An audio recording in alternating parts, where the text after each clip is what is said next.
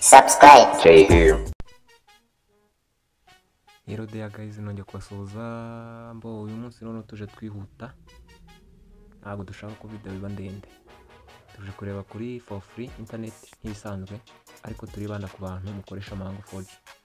Mango 4G inada izindi nka MTN, Airtel muratrayinga kuko ndumva neza zidakora neza kuri iyi ngiyi kuri ball.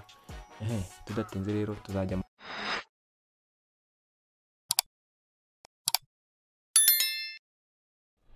muri Play Store tusacingemo app bita X Tano Pro, murangiza uyestare. Numara kwestara ubwo ngiye namaze kwestara papa nsanzwe nyifitemo cyangwa se namaze already namaze kwestara, takanda kuri open.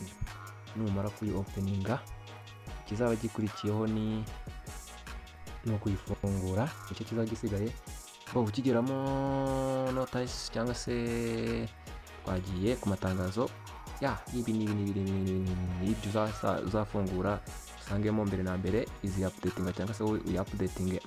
Ikintu uzahita ukora rero uzahita ukanda hano kuri OK dukomeze, kuri OK dukomeze, niho uzahita ukanda ya then nyuma yo gukanda ikintu tuzakora nta kindi, tuzajya hano kuri server tuzayireka ahangaha atuseva tugirekiremo niturangiza, then tujye hano hakabiri nkuko mubibona hano hakabiri. Icyo tuzahitamo EA free internet for all country UDP. Noneho hazimo uzasanga harimo akajambo kanditseho ni good working. Ya ikintu uzahita ukora already nyine ako kanya byihuse, uzahita ufungura iki connection. Nyuma gufungura connection uzahita ukanda ahangaha kuri hazaba ari start, ukanda tegereze sayiko ihure, nihura izahita ibe icyatsi, nkuko mubibona ahangaha muri image yacu cyangwa se dashboard yacu, ubwo yabaye start. Noneho then kanze mbereke before yaka kaboro, urabona after connecting yabaye connected. Noneho before ni ngiyi uzasanga yabaye before usanga iri connecting, after connecting nyine ihita iba connected, kugira ngo ni ibintu ubona neza cyane, ihita iba connected.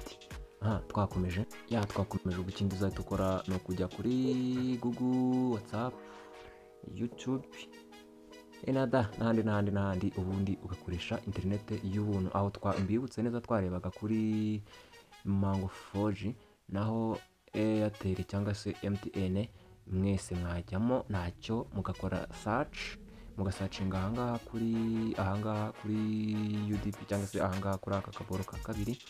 Mara gusacinga ikintu muzahita mukurikizaho ni ukugira iki, ni ukuyisetinga. Mwamara gusetingamo sim card mukeneye gukoresha mukayikoresha nta kibazo, nta kabuza. Ubwo naza ku kantu gatoya ku bantu muri kumbaza, ndaje mbereke mu kanya.